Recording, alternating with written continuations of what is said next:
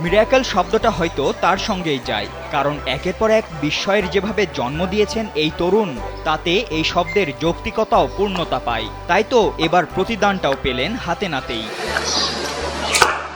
বিস্ময়কর সব কাণ্ড ঘটিয়ে টাইগার ক্রিকেটে বর্তমানে অতি গুরুত্বপূর্ণ হয়ে ওঠা তারকা মেহেদী হাসান মিরাজ এবার হয়েছেন আইসিসির মাসসেরা খেলোয়াড়। সর্বশেষ জিম্বাবুয়ে সিরিজে ব্যাট ও বল হাতে যেভাবে প্রতিপক্ষকে ডমিনেট করেছেন এই অলরাউন্ডার, তাতে মিরাজের কাছে পাত্তাই পায়নি অন্য কেউ।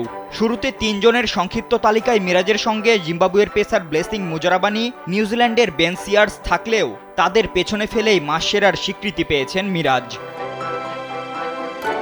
গেল জিম্বাবুয়ের বিপক্ষে 2 টেস্টের সিরিজে দারুণ ছন্দে ছিলেন এই টাইগার অলরাউন্ডার।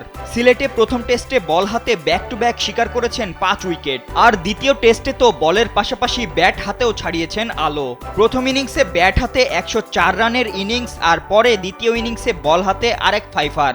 সব মিলিয়ে এই এপ্রিল মাসটা 2 টেস্টে 38.66 গড়ে 116 রান নিয়ে এবং 11.86 গড়ে 15টি উইকেট দিয়ে শেষ করেছেন মিরাজ।